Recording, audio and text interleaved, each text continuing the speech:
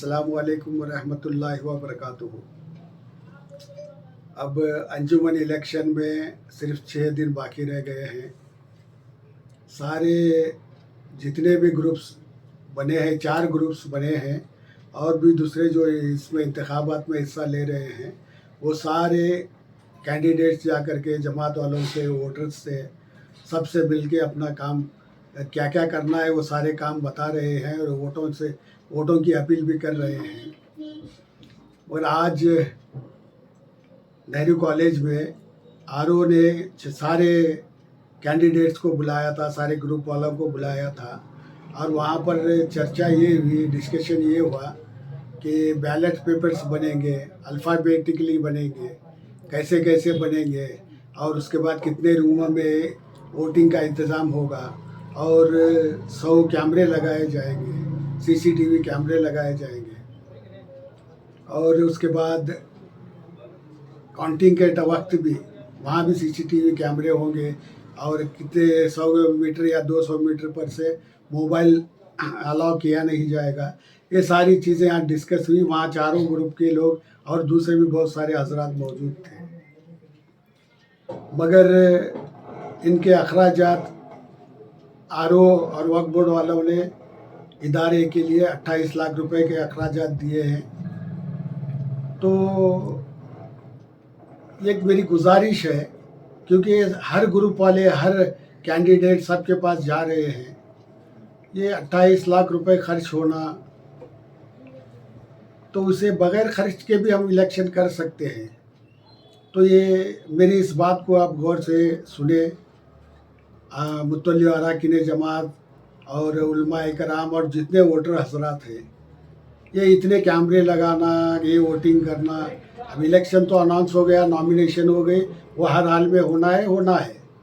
मगर इस्लाम में एक बड़ा प्यारा मज़हब है। इस्लाम के 5 अरकान है, उसमें से एक रुकन है हज का। वो सबकी ज़िंदगी में जो साहिब हैसियत है, बड़ा रुकन है। उसे हज अदा करने के लिए हर कोई आगे आता है, वह अपने आप को खुश नसीब समझता है। जब हज जैसे मौके के लिए खुरा अंदोज़ी करके वहाँ पर सिलेक्शन किया जाता है कि इनका सिलेक्शन हो गया हज पिलग्रिम के लिए या नहीं हुआ, तो क्या हम अगर थोड़ा सा गौर करें तो इस इलेक्शन को भी क्यों ना खुरा अंदोज़ी की तरह से किया जाए। इलेक्शन ऑफिसर वही रहेंगे, वक्फ बोर्ड वालों के अंडर में ही रहेगा।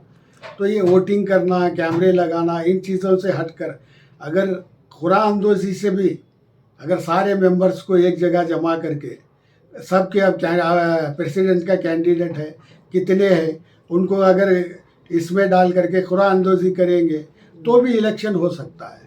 तो अखराजात बहुत सारे बच सकते हैं। अगर ऐसा भी नहीं है कि जब हज के लिए ये खुरा अंदोज़ी हो सकती है, तो इसके लिए क्यों नहीं। गुजारिश है इस बात पर ज़्यादा गौर करें। अभी 6 दिन बाकी है, क्योंकि ये वोटिंग कराना, ये अखराजात बच जाएंगे। इलेक्शन तो होगा, मगर खुरा अंदोज़ी के अंदाज से होगा तो बहुत सारे अखराजात बचेंगे, और लोगों में जो ये नाइत्तेफाकी का ये दिख रहा है वो भी ख़त्म हो जाएगा। तो इसलिए मेरी गुजारिश है कि इस बात पर गौर करें कि खुरा अंदोज़ी के हिसाब से अगर इलेक्शन किया जाए तो ये बेहतर है। और जो भी टीम इसमें खुरा अंदोज़ी के हिसाब से हो या वोटिंग के हिसाब से हो, जैसे भी इलेक्शन हो, जो भी टीम जीत करके आएगी, उन लोगों से भी गुजारिश भी है, अपील भी है, या फिर माने तो हमारी एक डिमांड भी है, क्योंकि नौजवान, बहुत सारे नौजवान हैं, काबिल हैं, जिनको वोटिंग का पावर नहीं मिला है। इलेक्शन में जो भी ग्रुप जीते या अलग अलग ग्रुप मिल करके एक से जीत हो गई, तो सबसे पहले आप काम ये करें कि उनको वोटिंग का पावर दें। वोटिंग पावर दे करके नौजवानों को मौका दें, और उससे पैसा भी आएगा और रकम इदारे के लिए खर्च हो सकती है, इस्तेमाल में आ सकती है। तो जितने भी ग्रुप हैं, जितने भी हजरात हैं, जो भी जीते, उनसे ये दरख्वास्त है, नौजवानों को मौका दे, उनको आगे बढ़ने का मौका दे, वोटिंग का पावर दे।